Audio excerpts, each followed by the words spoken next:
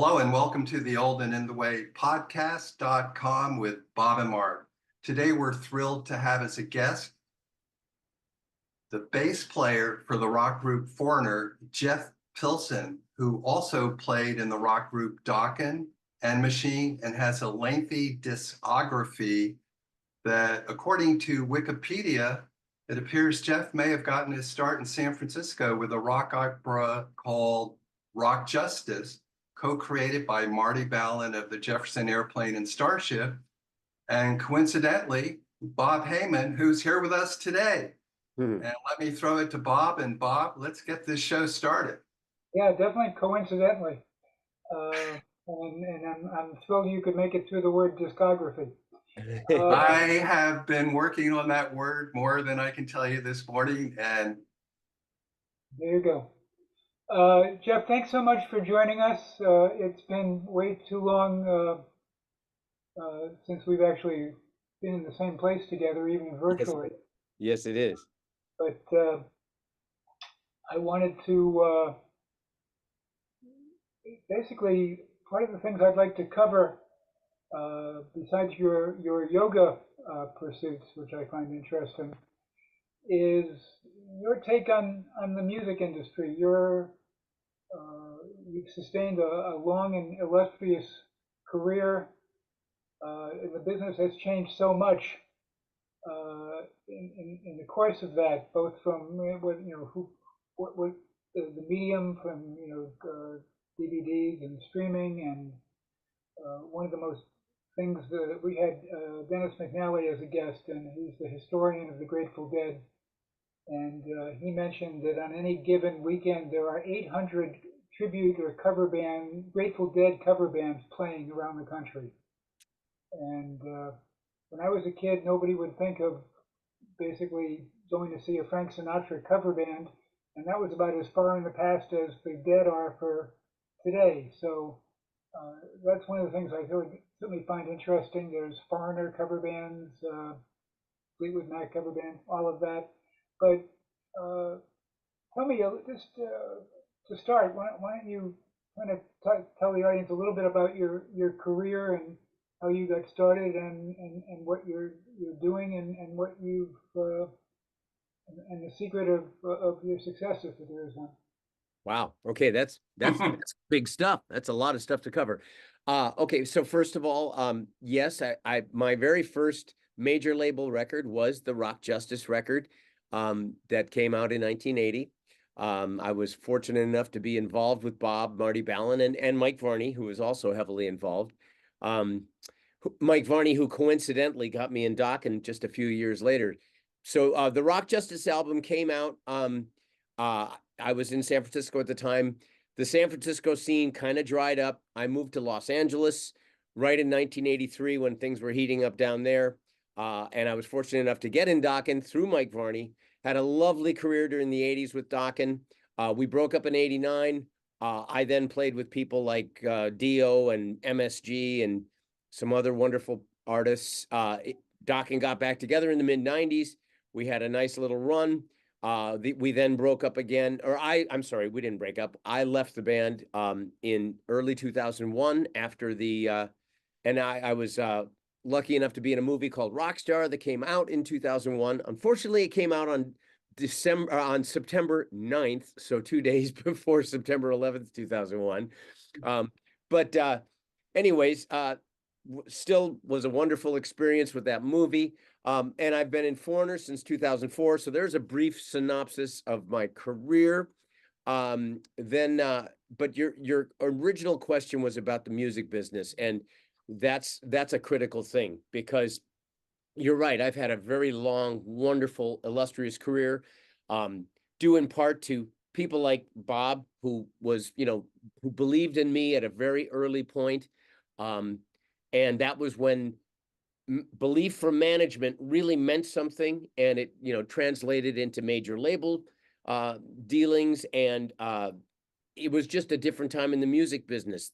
Dokken, it took 3 albums for Dokken to really crack. And that was because we had record company support and belief from the record company.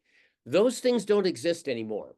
So my fear about the music business now is that you're not going to get people having long, illustrious careers like I've had, because there's just not the infrastructure for it anymore. It's geared towards the top hits, and that's about it. There's no building up of artists like there was in the 60s, 70s, and 80s. I mean, there was a lot of building up of artists that helped create the music business scene.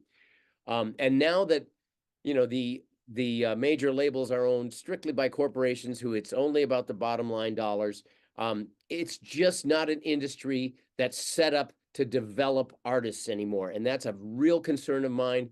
And now that streaming is going to eventually be probably the nearly only, if not exclusive, way that people hear music, well, the revenue stream from streaming is horrific for the artist. It is horrific. It's unconscionable.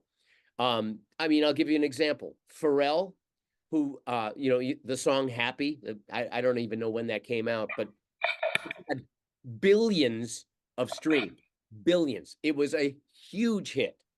His revenue stream from that entire song, from that entire campaign, was $40,000. Oh And my that was as big a hit as you can get. That is ridiculous. It is just insane.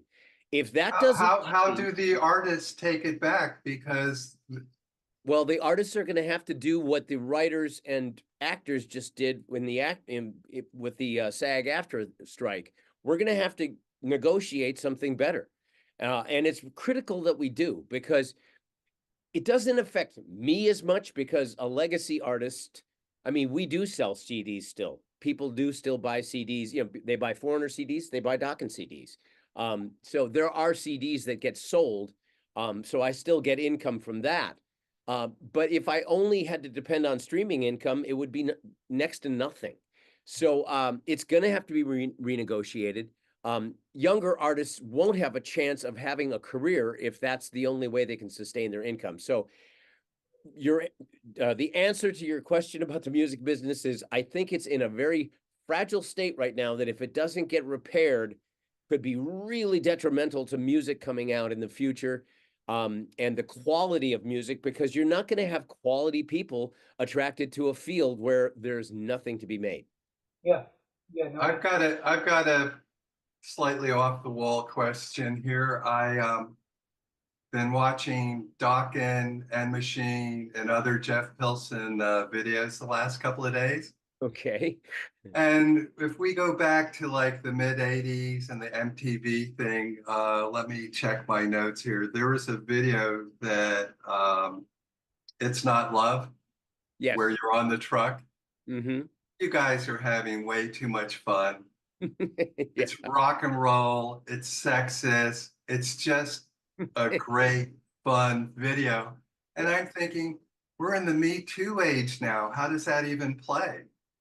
It was so wonderfully perfect for the times. And I always thought that there was a almost sexual component to rock and roll, because when I was in high school, the guys in the bands were the only people the girls were interested in. Well, yeah. Well, frankly, the videos that came out in the 80s could not stand up to today. I mean, they wouldn't make it very far. Generation Z would have you guys in court. Yeah, that's right. And political incorrectness. And listen, I think there's a lot of good about that. I mean, I think that the sexist nature of rock, especially in the 80s, it was pretty bad in the 80s. I mean, it was bad. It worked. I'm glad to see that that's gone. But that doesn't mean sex can't be part of rock and roll. I mean, that would be ridiculous to take that away. And I think music is, I mean, Beyonce is a very sexual artist. Taylor Swift is sexual, let's face it. So, I mean, there's sexual. It's just being packaged differently. It's being packaged differently. And there's a different slant on it. I mean, the slant in the 80s really was that, we're the males and we dominate, and, our toxic masculinity can take over you submissive females. That really was part of the message. It was. And I'm glad that that's gone. That's not healthy. That's not. But what's AC/DC without it? Well, I mean, the thing is, AC/DC, you don't have to see all that music as being, toxic masculinity. I think there's a lot of just sexuality in there too. So And let's let's separate the sexuality from the sexist. Not everything is sexist, but well said. there was a Well lot said. of it. So Well yeah, said. I mean, let's just move on without that stuff, and hopefully nobody will sue us for a video that we did 40 years ago. Because remember when the big three was sex, drugs, and rock and roll. So Exactly. We're down to what are we down to? No, I think sex, drugs, and rock and roll is still very much a part of it. Sex still has to be a part of rock. It just has to be. It's just not sexist. yeah. Um, Getting back to the revenue model, as I understand it, for most touring bands, they make any money they make is on the merchandise sale. Yeah, well, I mean, it depends. I mean, Foreigner, we make money from our guarantees too, because our guarantees are pretty high nowadays. But what is really the case is that most bands, their income is derived from touring. And in Foreigner, it's I mean, we make some money from CD sales, because we do still sell CDs. And in fact, Foreigner as an entity, as a classic rock artist, we sell big CDs. Of course, I don't participate in a lot of those because they're the original band CDs, but they do still sell CDs. And then, of course, it's funny, since I've been in the band, which is since 2004, we've sold over 2 million CDs, 1.2 million of which are stuff that I produced. So we have been selling CDs in the last 20 years. But I mean, think of how much different that would have been years ago. It would have been way, way more. So, and still, even with our CD sales, which are, like I say, good, and in terms of Foreigner, the entire entity, it's a good stream of income as CDs. But streaming, the income very low, even though we do really well with streaming as a classic artist. We do a lot of streams. But by far the main income is from touring, and including merchandising, but the touring is the main thing. And it was so different years ago. It was the record that really counted, in the touring, if you made money, that's great, but you really made money from the record. It's exactly the opposite now. So promoters and agents tell me that one reason for the rise of the tribute bands is that people don't want to come out of their houses to hear music that they're not familiar with. So classic bands like Foreigner benefit from that. The tribute bands benefit from that. But that seems to me to be at the expense of new music and new artists. And I know part of that is that the record labels aren't making those young artists big, so that their music gets heard. Uh, it just seems somewhat, I don't know, hopeless is a bad word to use on a nice Thursday morning, but I don't know how you get heard. And if you want to be a working young musician, you learn Beatles and Foreigner and Fleetwood Mac songs and play in a tribute band. Yeah. Well, unfortunately, I think, well, that's kind of why I had the dour tone that I had about my state of the music business. Is it's not set up to develop new artists. And yes, the revenue stream has to change, but also the infrastructure around it has to change to develop new music. I think the only way that that's going to happen, and this is what I'm holding out hope for, is what caused all the other industry revolutions was generally a huge artist that changed stuff. Elvis made all of a sudden made all the rock and roll stuff of the 50s okay, but and then suddenly you were able to hear Little Richard and Jerry Lee Lewis and everything. And it's because Elvis opened the doors, and then rock and roll was huge. So that caused that change. When the Beatles came in, everything changed. The model changed, and all of a sudden you could be a band that wrote songs, and you could put out your own albums, and think of how long that business model sustained. And the Beatles had a lot to do with that. They really, really did. And in fact, and then you had the Michael Jackson thing, which also, by the way, helped artists negotiate better deals. When Michael Jackson happened, Guns N' Roses was a huge shift. It really shifted the music scene. we need another huge shift. We need another young artist who is creative, but undeniable, makes catchy music that people need to hear. And that young artist has to change the trajectory of the music business. They need to change the revenue stream, and they're going to need to change how the music business reacts. Because the good thing is if some young artist comes out of nowhere that changes everything, well, what are all the major labels going to do? They're going to try and copy that. And so they're going to go out and they're going to start looking for young artists again to try and develop, to come up with that winning formula. So to me, that's the biggest hope that we have. And I have faith in the young. But they would need to bring out someone to compete with iTunes, Spotify, Pandora, that seem to draw on all this. At this time, I kind of look at an original powerful rock group as the Foo Fighters, yet I don't see them as being the people that you're suggesting. It would be They're already too old. They're already too old. I mean, Dave Grohl has been doing this for 30 years now. That's not a new artist by any means. And you've heard of Vampire Weekend. I've heard of them. They made it in streaming before streaming had really happened. Yeah. They Googled what was the biggest 2 keywords on Google. And at that time, there was Weekend at Bernie's and some sort of vampire movies were big. So the only reason they came up with that name were they were the 2 biggest keywords. Great. And that literally birthed them onto the internet and began their careers.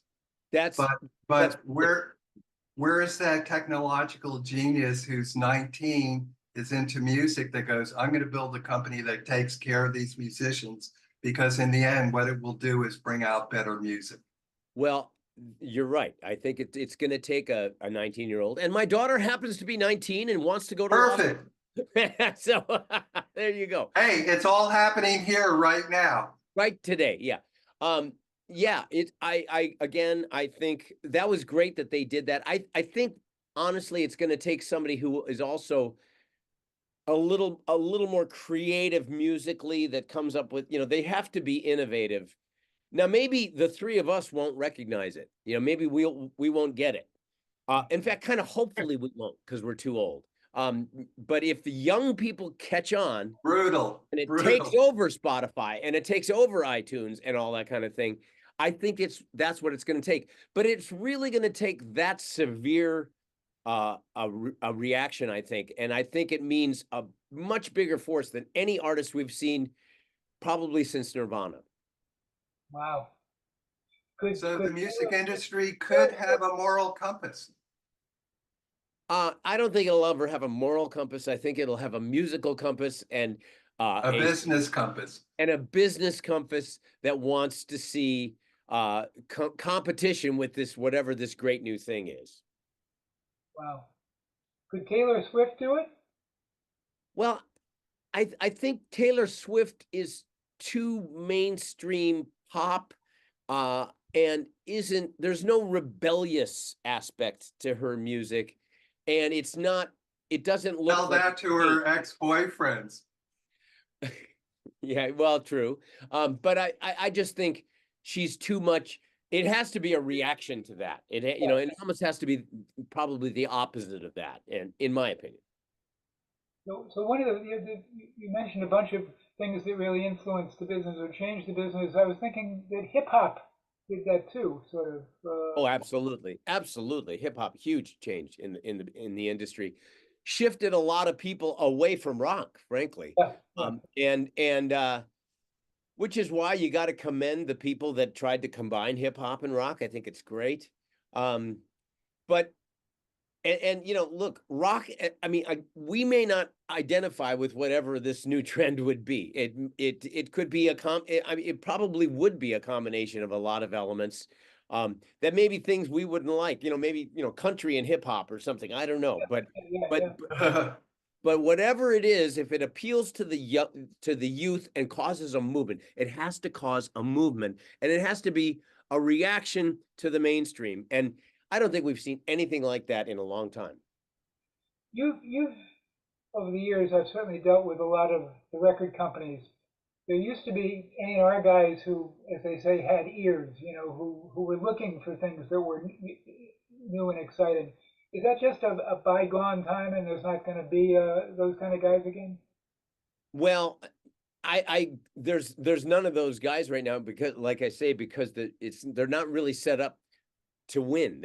You're almost punished when you get new stuff, as a major label A&R guy, you have to be really, you have to have all the eggs in the basket, and it means that they've already done well on social media.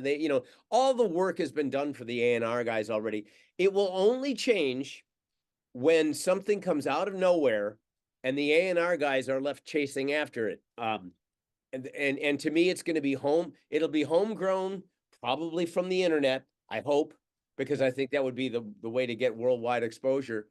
And it's going to have to take the major labels by storm, a bit of a sneak attack, if you will. So I think that there could be an era of guys with ears again, but they're only going to have the infrastructure to do anything if they're in a position where they have to start looking for new, fresh music. And that case, it's not the case right now. Yeah. I'd encourage your daughter to watch this video. I think my she daughter, yeah, she understands. We talk about this a lot.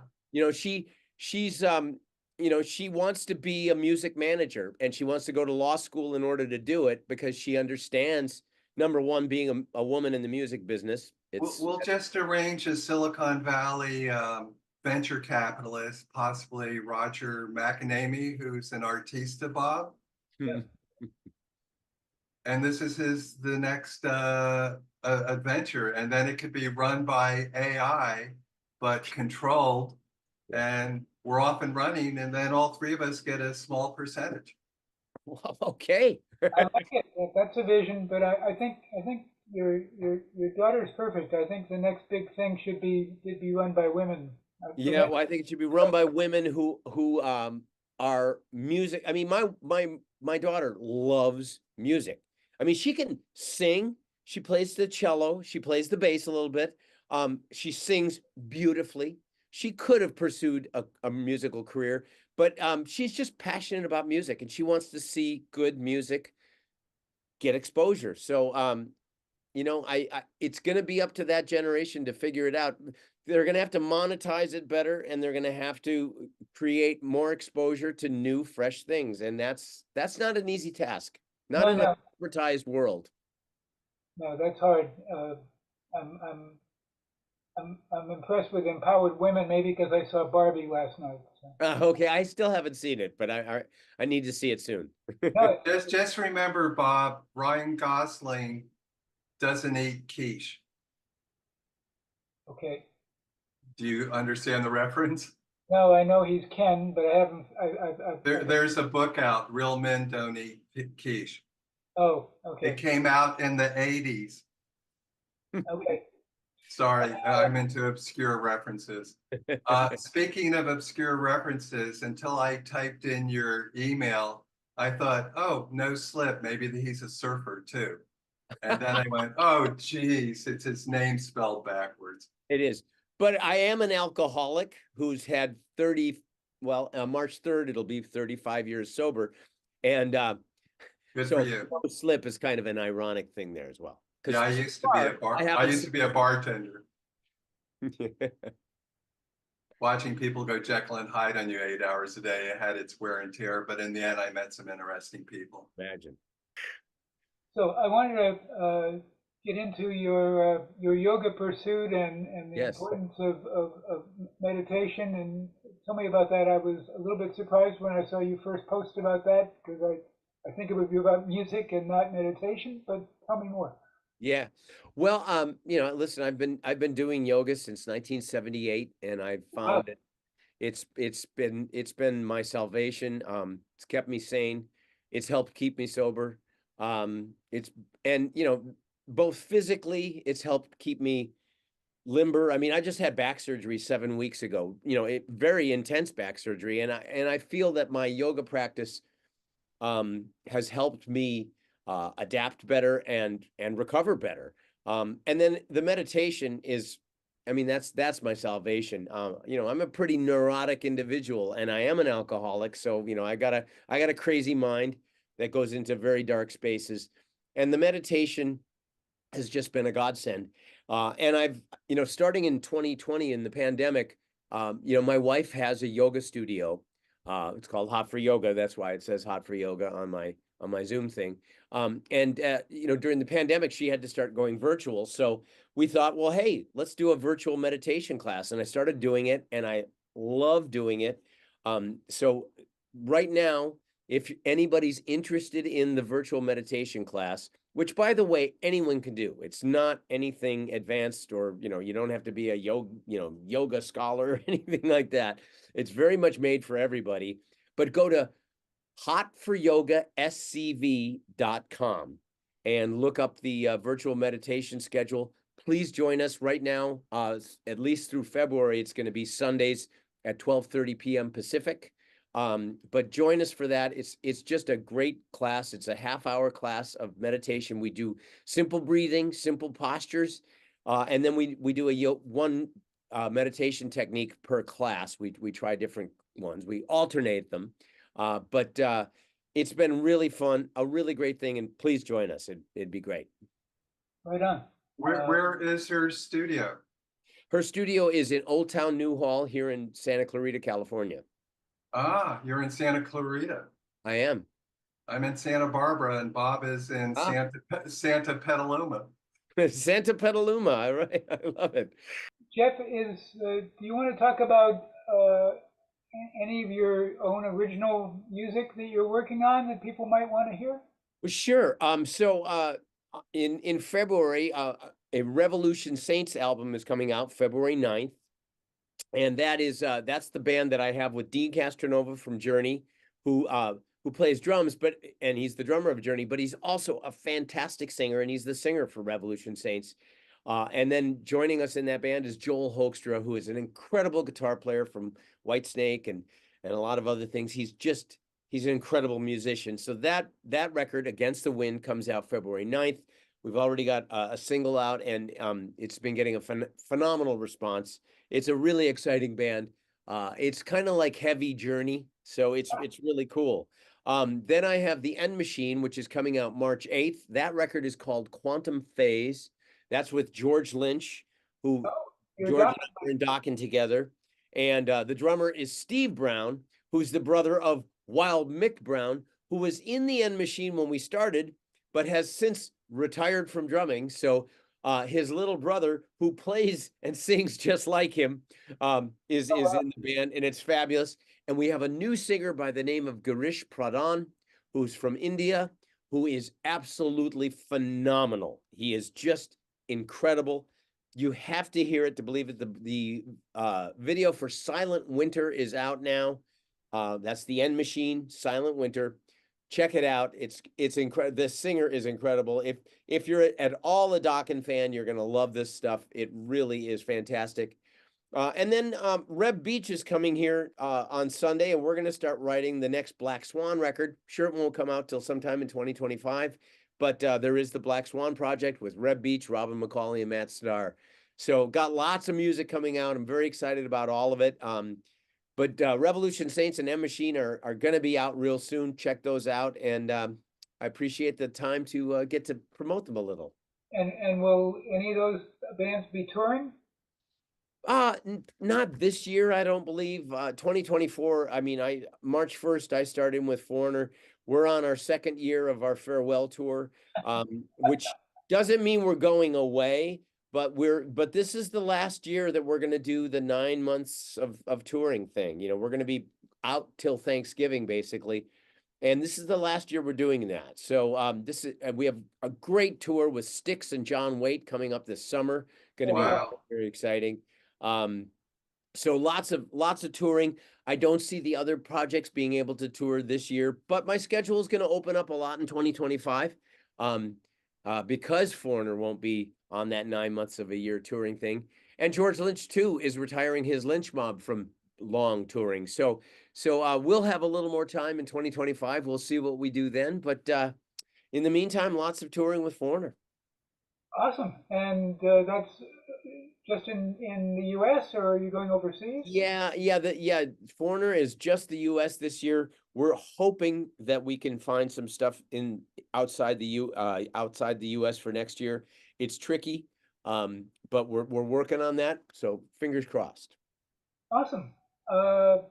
Okay, well, I think we probably can wind it up. It's exciting that you've got new projects and new music coming, and everybody who's loved your music over the years should check all of that out. And Jeff, I'd love to get together. I guess is Foreigner going to play up here? But I'd have to look. I would imagine I'll, so. I'll check, but Yeah. it would be great to get together. It would And wonderful I'd be. like to recommend to people out there how much fun I've had watching Dokken and End Machine videos. The End Machine videos, the musicianship, unblanking believable. Oh, well, thank you. Intense, beautiful, right on. Well, thank you. Check it out, End Thank Machine. you. Thank you. Yeah, we're very proud of that. Thank you. Awesome. And the aerials coming in, it's just Yeah. great videos. Cool. I appreciate that. I really do. Awesome, Jeff. It's been a privilege to have you. Oh, thank you guys. It's been wonderful. Went quick. Hey, we want to have you back. Oh, Next well, time that would you be got lovely. something to promote, let us know. We can That'd run be it. lovely. run That the would be video. lovely. You know what? I am always old and in the way, so I would love to. I remember when you weren't, but anyway. Yes, you do. You remember when I was the kid, right? Here we are 45 years later, and you know, Everything old is new again, as we can tell from all these tribute bands of the old bands. So exactly. Isn't that amazing? Isn't that amazing? it truly is amazing. It's this whole tribute thing. I mean, you don't even call them cover bands anymore; they're tribute bands. Right. And the Stones were a cover band when they got started. Yeah. So the Stones and the Beatles were a cover band doing tunes before they got started. So I think it's a righteous place right now. Sure. Why not? I'm just rooting for that big change we talked about. Yes, me too. Makes it more profitable and It happened here today. musicians, and more likely for young musicians to make it. Yes. Anyway, on that great thought of positiveness, Jeff, thank you so much. This has been a real treat for me. Oh, well, thanks. It's been great for me too. It's great to see you, Bob. Yeah, great to see you, Jeff. Been too Great long. to see you, Mark. You too. Nice Yeah, to thanks, meet Mark. you, Jeff. All right, nice to meet you as well. Thank you for everything. Namaste, as we say it at the end of our Namaste. yoga sessions. There we go. Thank you, guys. Well, thank you so much. Bye-bye. Bye-bye.